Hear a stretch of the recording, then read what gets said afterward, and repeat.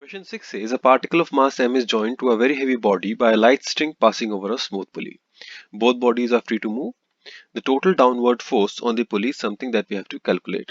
Now, dear students, let us proceed. Let us draw a diagram to visualize this question. Now, let this be the pulley, which is clamped. On one side, let there be mass capital M, and on the other side, let there be mass small m. Now, in this case, the tension is given as 2 into m1 m2 by m1 plus m2 into g, where m1 and m2 are individual masses. Herein this will be equal to 2 into small m into capital M by small m plus capital M into g. We can divide the numerator and denominator with capital M. Now this will be equal to 2 small m by m by capital M plus 1 into g. Now the student, we know, because capital M is given much greater than small m, so tension here will be equal to 2m by 1 into g. That is, we have neglected this term.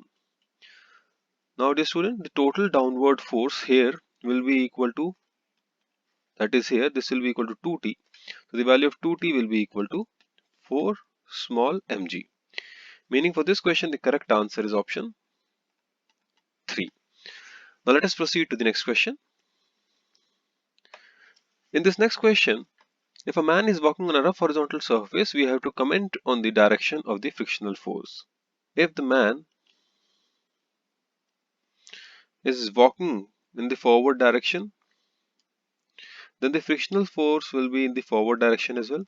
In fact, this will be the force which will be responsible for the motion of the man.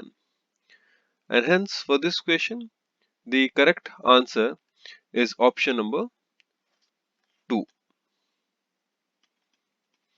Now let us move to the question number 8.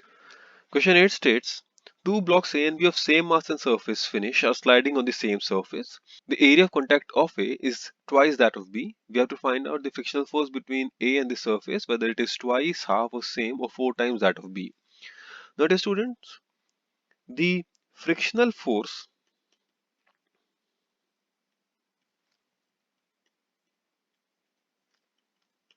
is independent of the area, that is area to the power 0. Therefore, the frictional force will be same for both A and B, and hence for this question the correct answer is option 3. Now moving on to the question 9. In question 9, a block of mass small m is resting on the floor of a lift.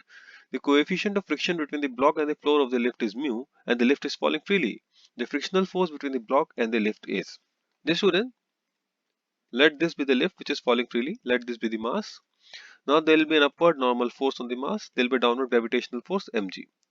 The downward acceleration of the system is g. So we can write down that net force downward, that is mg minus n, is equal to the mass multiplied by the downward acceleration, that is g. From this we can clearly see that the normal is 0. Now the frictional force has a maximum value equal to mu n. Now since here n is 0, the frictional force will be 0 as well. And hence for this question the correct answer is option 4. Now let us move to the question 10. In question 10, a block is in limiting equilibrium on a rough horizontal surface.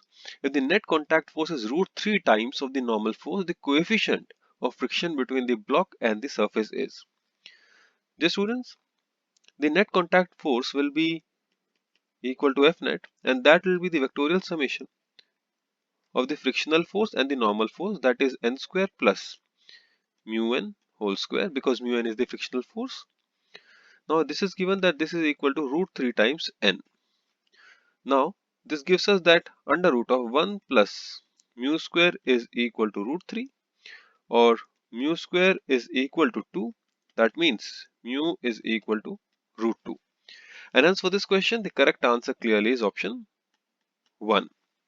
Now let us move to the question 11.